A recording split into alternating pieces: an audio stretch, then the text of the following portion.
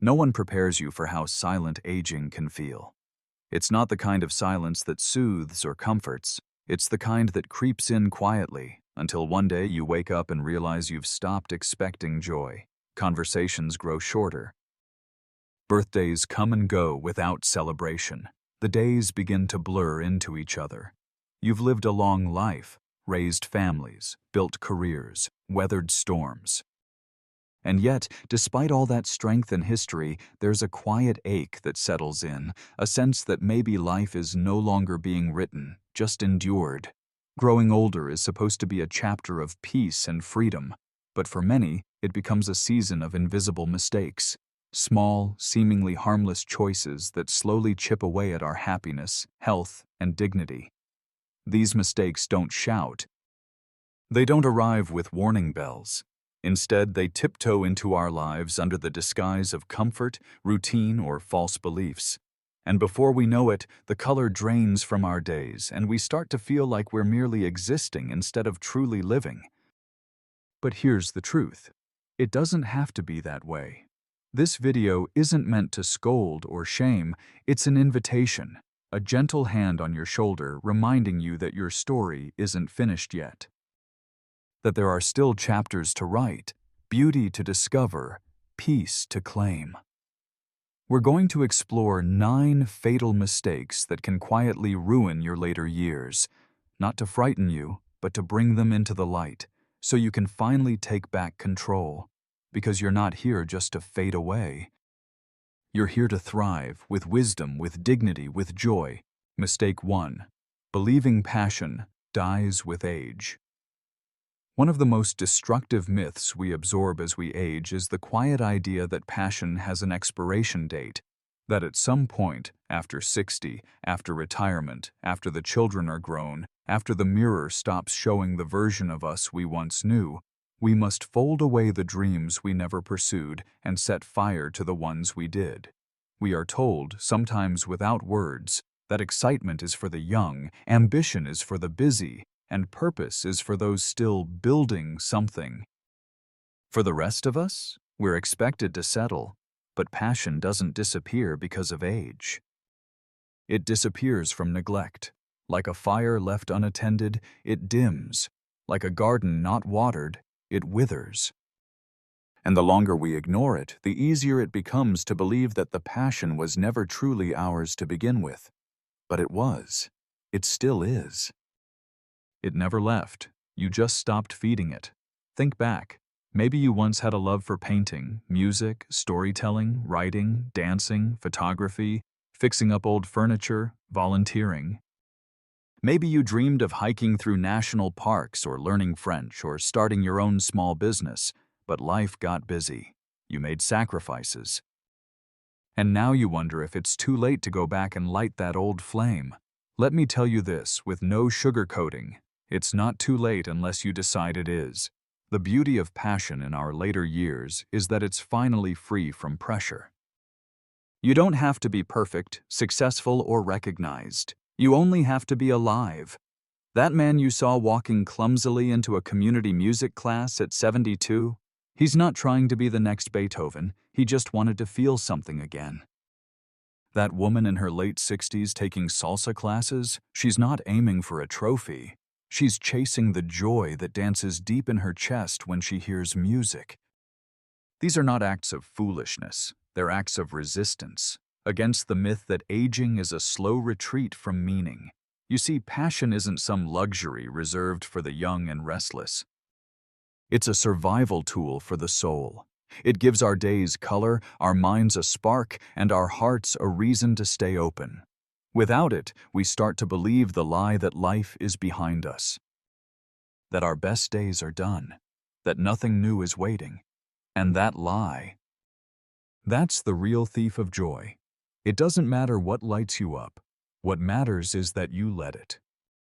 You don't need anyone's permission to begin again. You only need your own willingness to feel messy, vulnerable, foolish, maybe even terrible at first, but alive.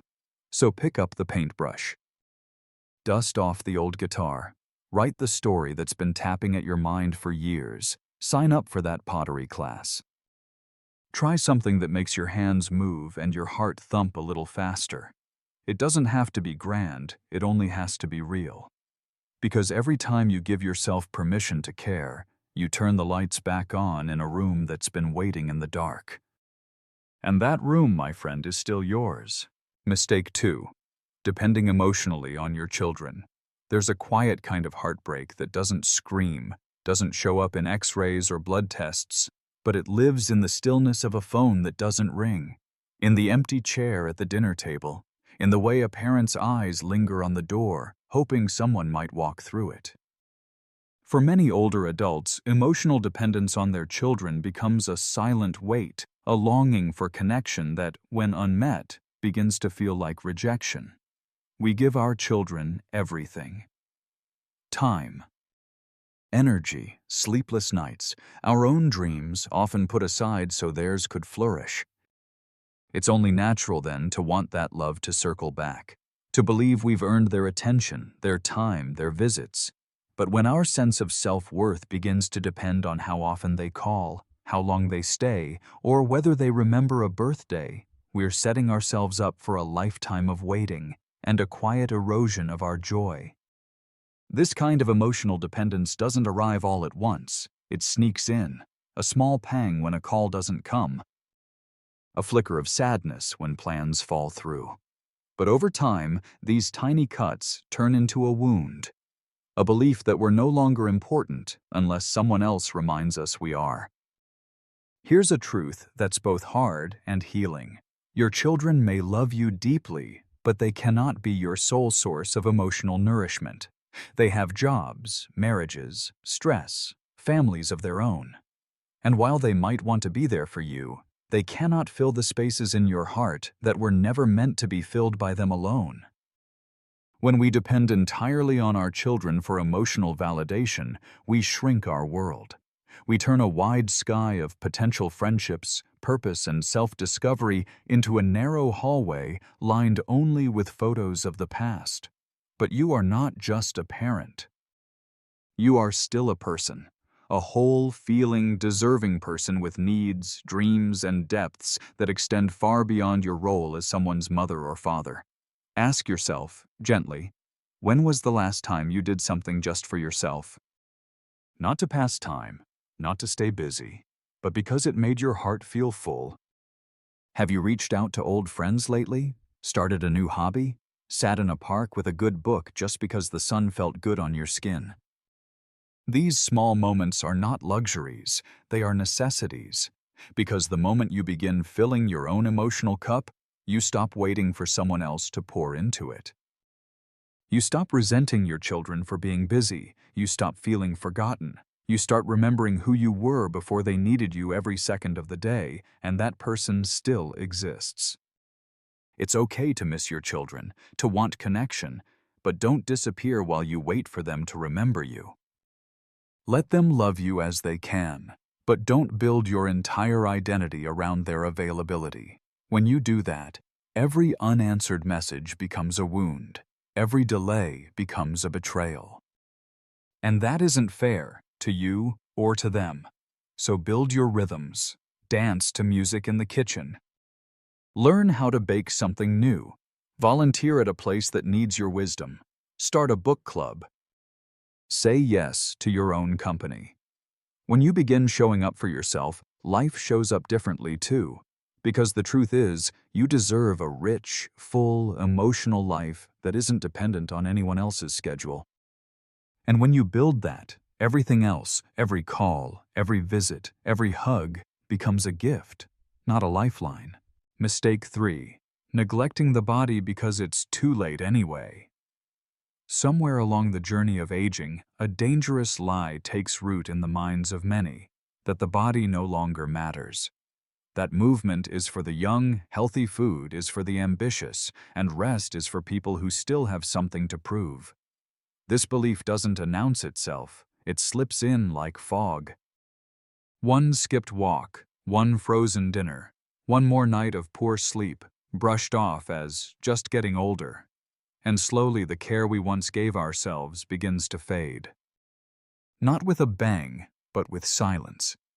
At first, neglecting the body can look like acceptance, a surrender to nature, a kind of it is what it is resignation.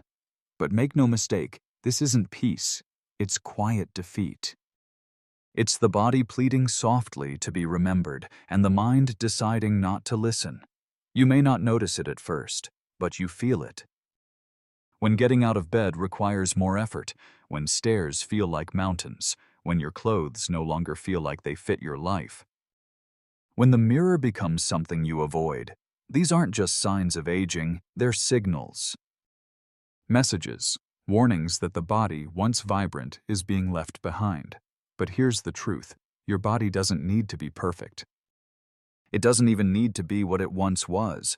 It just needs to be respected. Respect doesn't mean pushing it like an athlete. It means acknowledging it, showing up for it, listening to what it needs, and what it always needs, at every age, is attention, movement, nourishment, stillness, not to look good but to feel alive. Because how you treat your body tells your soul what it's worth. When you ignore your body long enough, your spirit starts to believe that it no longer matters either, that you're past your prime. That comfort, strength, and pleasure are no longer yours to claim.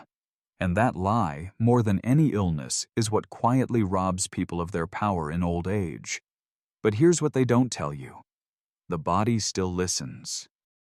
Even after decades of neglect, even after long seasons of stress, poor choices, or pain, your body responds. It pays attention to the care it receives. A 10-minute walk, a glass of water, a full night's sleep, a stretch in the sunlight.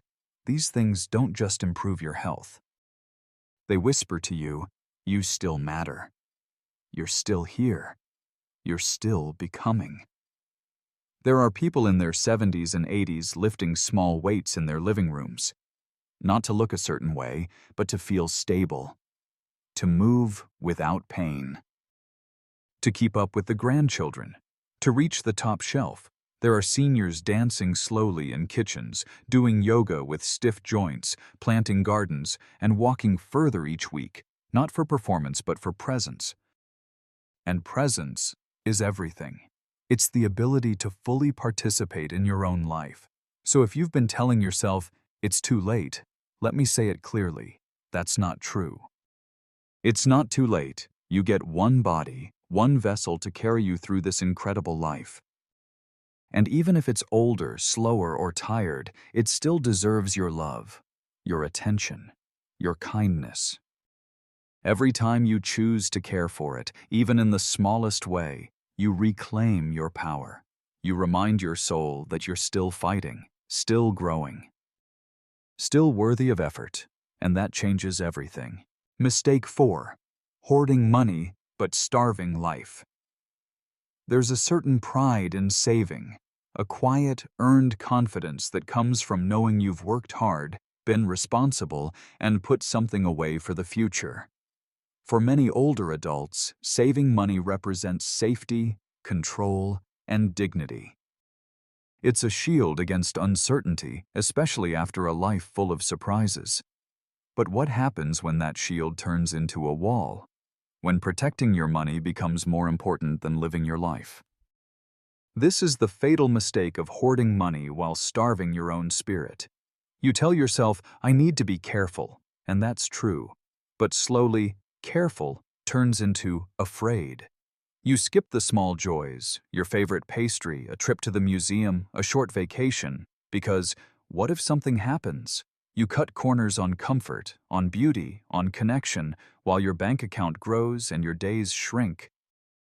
This isn't about being reckless with your finances, it's about remembering what the money was for in the first place, to be used, to add warmth, color, ease, and joy to your remaining years. Not just to sit there untouched like a trophy behind glass. Money that is never used doesn't bring peace, it brings pressure. It becomes a false idol of security, a promise that if you just don't touch it, you'll be safe. But safe from what? From life? From emotion? From meaning? Too many people die with full accounts but empty hearts. They leave behind unspent gifts, unworn clothes, unvisited places, and unspoken joys. They carried fear so closely that it became their compass. And in doing so, they forgot that they were supposed to live, not just survive. Here's the truth. Spending wisely is not wasteful. Enjoying what you've earned is not foolish. You are not here just to protect your money. You are here to let your money protect your joy. It doesn't have to be big. It can be as simple as hiring someone to help around the house so you have more time for the garden. It can be buying fresh flowers every week because they make your room feel alive. It can be saying yes to a meal out with a friend or signing up for a workshop that excites your heart. It can even be buying a soft, new blanket just because it brings you peace. None of these things are selfish. They're sacred because they remind you that you're still here, and you deserve to feel alive, not someday, but today. Ask yourself, are you guarding your money so tightly that life can't get in? Are you turning your savings into a prison instead of a passport? Are you letting fear dictate how much joy you're allowed to feel? If you've been holding on so tightly that your world feels smaller, this is your gentle wake-up call. Let some of it go. Let some of it flow. You've already paid the price. You've already worked the decades. Now is the time to enjoy the return. Now is the time to let your wealth touch your well-being. Because what's the point of security if it comes at the cost of wonder? Mistake 5. Thinking it's too late to start over. There's a whisper that follows many people as they age. You don't always hear it clearly, but it's there. In the hesitation before trying something new, in the sigh when passing by a group of people laughing, in the quiet ache of a dream postponed too long. It says, it's too late. Too late to change. Too late to move. Too late to heal. Too late to begin again. This whisper doesn't scream. It doesn't need to. It quietly settles into your habits, your assumptions, your daily routine. It convinces you that reinvention belongs to the young, that growth is a chapter you've already closed, that the best you can do now is maintain, endure, or simply make peace with things as they are. But here's the truth. The clock does not define your capacity for renewal. Reinvention has nothing to do with age and everything to do with courage. Courage to imagine a different way of being. Courage to admit that the life you're in might not be the one you want to keep living. Courage to rewrite the story, even if you've been reading the same chapter for decades. We stay stuck not because we're incapable, but because we've believed a lie for too long. The lie that change requires energy we no longer have, time we don't want to waste, or outcomes that must be guaranteed. But that's fear talking, not wisdom. Change doesn't require a complete upheaval. It doesn't mean moving across the country or starting a business or learning a new language, unless you want to. Sometimes starting over is as simple as waking up and deciding, today I will try something different. It might be taking a walk in a new park, calling someone you haven't spoken to in years, writing down your thoughts in a journal, changing your morning routine, or even finally doing something you've always wanted to but never gave yourself permission to do. The act of beginning again, no matter how small, is an act of power. It says, I am not done yet. I once met a man who at 76 began painting again after 40 years. Not because he planned to sell his art, not because he thought he'd be great, but because the smell of paint and the feel of the brush in his hand made him feel alive again. He said, when I paint, it's like I remember myself. That's what starting over is. It's remembering yourself before life told you to shrink, settle, or surrender. This isn't about forgetting the past. It's about honoring the past by refusing to stay stuck in it. There's a kind of dignity in choosing to live forward, even when the world around you is telling you to slow down, stay still, or give up. Every time you try again, every time you step out of a routine and into possibility, you reclaim your right to grow. You don't have to be fast. You don't have to be fearless. You just have to be willing. Because as long as you're breathing, you are still becoming. And becoming means there's always room for a new beginning. Mistake 6. Living on autopilot and withdrawing from life. There's a subtle trap that sneaks up on many people as they age. It doesn't arrive like illness or heartbreak. It doesn't make headlines in your mind. It just settles in slowly until every day starts to look like the last. You wake up, make your coffee, sit in the same chair, glance at the same news, maybe run a small errand, eat dinner, and go to bed.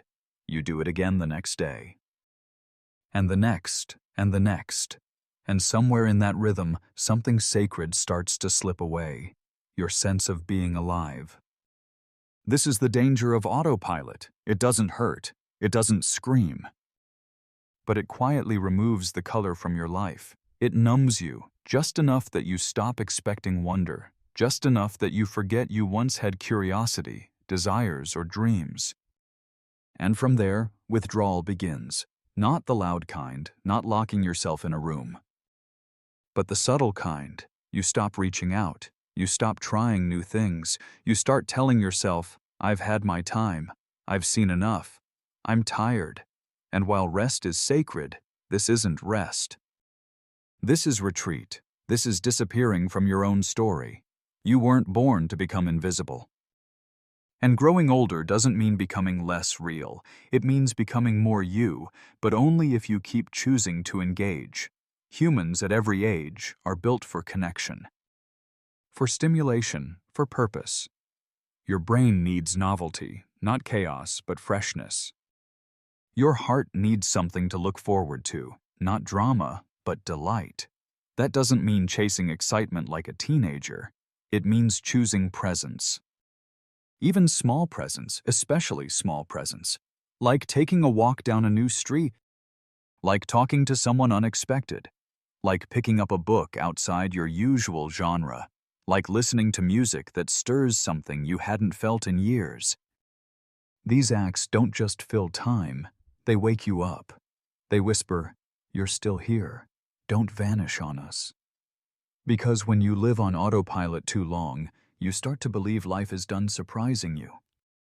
You stop participating and start observing. You become a background character in your own movie, and that's not what you're here for.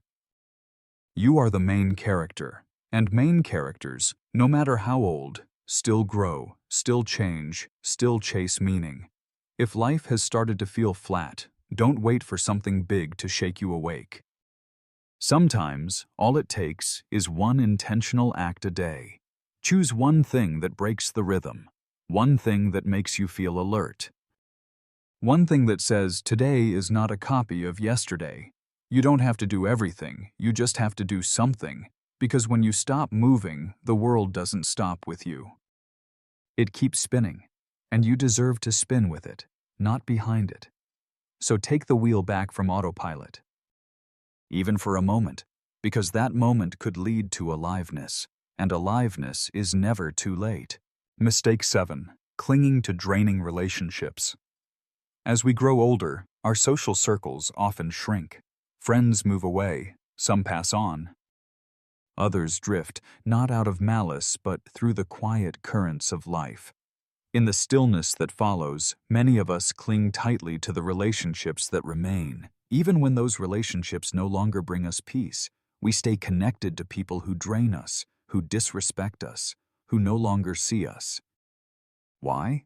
Because loneliness is heavy, because silence is uncomfortable, because history feels safer than change.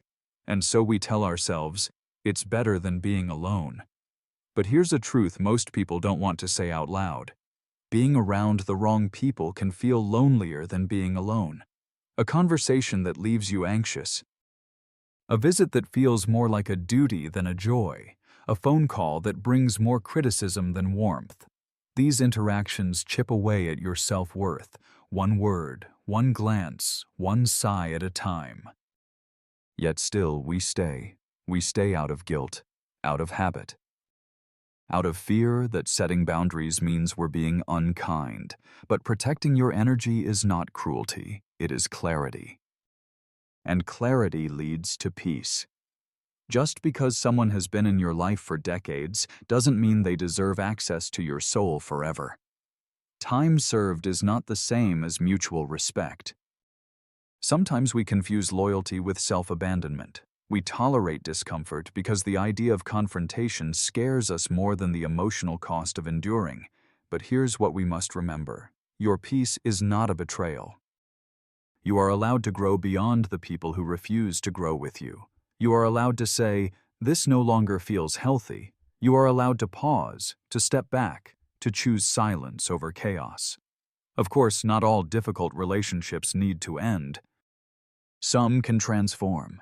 But transformation only happens when both people are willing to be honest, to evolve, to meet one another in the middle. And if they're not, you still get to change. You still get to protect your spirit. Let's be clear, this isn't about cutting everyone off or demanding perfection.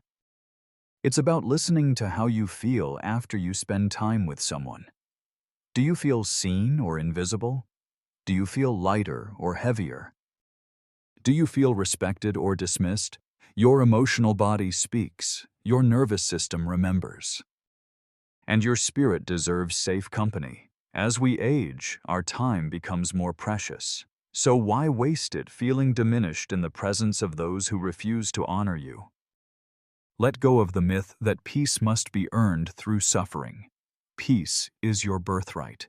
And often, peace begins with one word: enough. Mistake 8. Abandoning your spiritual life. There's a kind of emptiness that doesn't come from boredom or even loneliness. It's deeper. It's quieter. It shows up not in loud sorrow, but in the soft erosion of meaning. It's what happens when we slowly lose touch with something bigger than ourselves, something sacred. For many older adults, this emptiness begins when their spiritual life is quietly abandoned. Not out of rebellion, not out of disbelief, but often out of exhaustion.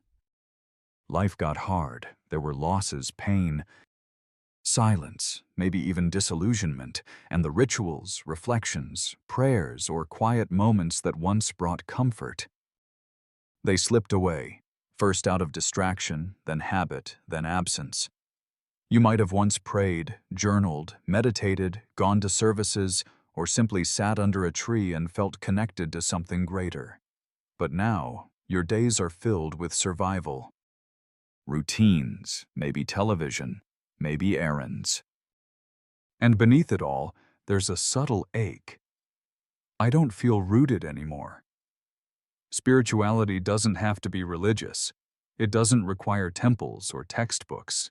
It's simply the space inside you where meaning lives, where questions are allowed, where wonder is welcome, where your soul gets to breathe beyond the noise of daily life. When we abandon that space, we don't become evil or broken. We just become dry, like soil that hasn't been watered, like music turned down so low you forget the melody. You start to go through the motions, eating, walking, sleeping, without that sense of awe or purpose, and slowly you begin to forget what it feels like to feel moved by life. But here's the truth: your soul never gave up on you. It has been waiting, patiently, quietly, for your return, not to punish you, not to demand anything from you, but to offer what it always did: perspective, peace, depth. A reminder that you are more than what you do, more than what hurts, more than what time has taken. You can return to your spiritual life today, not with guilt, but with gentleness. Not with shame, but with curiosity. Light a candle and sit in silence. Walk through nature and notice the breeze on your skin. Write down a single sentence that feels true. Whisper a question into the dark. Close your eyes and simply breathe. These are not grand acts. They are small doors, and behind each one is a part of you that still believes in beauty, that still longs for connection, that still remembers what it feels like to trust. There is no age limit on the soul, no expiration date on wonder, no deadline for faith. You are allowed to come home to yourself, even now, especially now, Because the older we get, the more we realize we don't need more answers. We just need space to ask the right questions. Mistake 9. Believing there's nothing left to discover. Of all the mistakes we make in old age, this one might be the quietest and the most dangerous. The belief that life has nothing new left to offer. It doesn't announce itself like pain or loss. It seeps in slowly, like fog under a door. You might not even say it out loud, but you feel it when you stop looking forward to things, when you stop feeling surprised. When you stop expecting wonder, you start to believe that discovery belongs to the young, that firsts are behind you. That nothing you haven't already seen, felt, tasted, or tried will move you again. So you begin to drift. You scroll. You sleep. You watch. You wait. And slowly, your world flattens. The sunsets feel duller, the books less interesting, the music more distant. Even joy becomes quieter, not because it's gone, but because you've stopped meeting it halfway. This is what happens when we convince ourselves that curiosity has an age limit. But let me say this clearly, it does not. The ability to be amazed is not a gift reserved for youth. It's a muscle. And like any muscle, it weakens with disuse, but it never disappears. You can still discover. You can still be moved. You can still encounter moments that make your heart pause and your breath catch. Discovery doesn't require plane tickets or drastic changes. It lives in the details. In noticing the way your tea steams in the morning light, in asking a question you've never asked your neighbor, in learning something new about your own history, in tasting a fruit you've never tried, in hearing a song and closing your eyes just to feel it. Even the most familiar life can become extraordinary when viewed with fresh eyes. And yes, discovery can happen inside of you too, in how you respond differently to conflict than you did 10 years ago, in how you forgive someone you thought you never could, in how you realize that strength now looks like softness, that wisdom sounds like stillness, that love, real love, feels less like fireworks and more like the warmth of a sunrise you didn't expect. You are still unfolding, still becoming, still able to feel awe. And the moment you believe that, the world responds. The colors come back. The laughter feels closer. You notice beauty in the places you used to ignore, not because life changed, but because you did. There is still more for you, more to taste, more to learn, more to feel, more to love. Your final years are not a closing. They're an invitation to look again, to feel again, to be surprised again. You don't need to be young to find newness, you just need to stay open. Because the most dangerous myth of aging is that life stops offering gifts. The truth is, we just stop unwrapping them. You've walked a long road, you've carried love, loss, triumph, and silence, and yet, here you are. Still breathing, still becoming, still holding the power to choose what this next chapter will look like.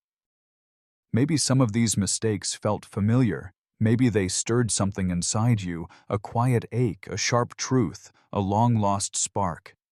That's not a reason to feel shame. It's a reason to feel hope. Because recognizing what's been holding you back means you're ready to move forward. You are not too old. Not too late, not too far gone. You are not invisible. You are not finished. There is still laughter waiting to echo through your walls, still warmth to feel on your skin. Still beauty to notice, joy to welcome, peace to rest in. But no one can give that to you, not fully, not your children, not your past, not time itself. Only you can say, "This is my life, and I'm taking it back." And that doesn't mean changing everything overnight.